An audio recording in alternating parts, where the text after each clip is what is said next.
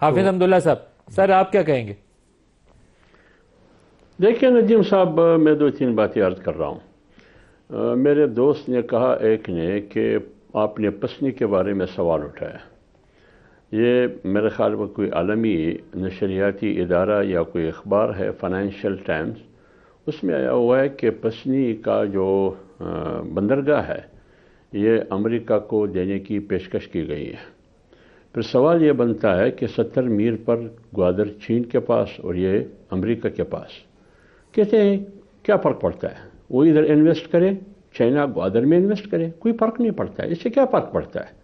اچھا، اس سے کوئی فرق نہیں پڑتا ہے تو وہ جو امریکہ نے کہا کہ بگرام ایئر بیس مجھے دے، ٹرمپ نے کہا کہ میں وہاں سے چین کو سپروائز کروں گا، ان کے ایٹمی ہتھیار کو یا ایٹمی میزائل کو۔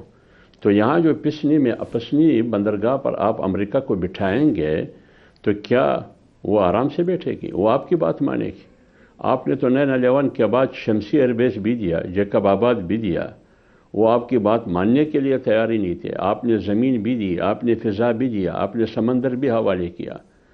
آپ کے 1 لاکھ لاشیں گری، $150 ارب نقصان ہوا، فائدہ مجھے بتائیے، آپ کو فائدہ کیا ہوا؟ نہیں ہے، آپ کے پاس کوئی فائدہ نہیں ہے۔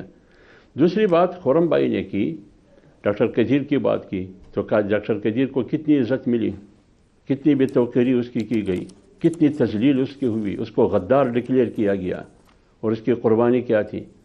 اور آپ نے بھٹو کی بات کی، بھٹو نے آغاز رکھا ایٹم بم کا۔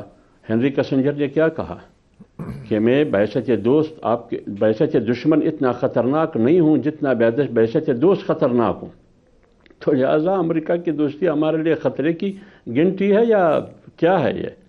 تو لہٰذا، اور پھر نواز شریف کو آپ دیکھیے، جب ایٹمی دھماکے ہوئے اس کے بعد فوراً کیا ہوا اس کے ساتھ؟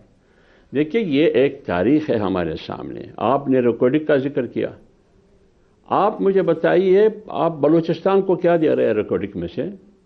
ڈال بندین میں ستادک بھی سونا کا ایک بہت بڑا ذخیرہ ہے، اس میں سے آپ بلوچستان کو کیا دے رہے ہیں؟ نہ بلوچستان کو پتہ ہے، نہ مقامی لوگوں کو پتہ ہے۔ آپ خیبر پختونخوا میں جو معدنیات نکال رہے ہیں وہ امریکہ کو آپ کتنے دے رہے ہیں، دیگر کو آپ کتنے دے رہے ہیں، اور ادھر آپ کتنے دے رہے ہیں؟ ہسپتال نہیں ہے، اسکول نہیں ہے، زندگی کی ضروریات نہیں ہے، تو یہ پیسہ ابھی جو میڈیا پر خبریں چلی کہ $50 کروڑ کے معدنیات یہاں سے نکلے، کس کے پاس گئے اور کہاں کہاں سے گئے؟ بلوچستان سے، خیبر سے، کہاں کہاں سے؟ کسی کو بھی پتہ نہیں ہے۔ یہ قومی مفاد ہے۔ اب یہ قومی مفاد ہے، یہ قومی مفاد نہیں ہے، یہ قومی مفاد کا فیصلہ کون کرے گا؟ جب 9/11 ہوا تو بھی کہا قومی مفاد ہے۔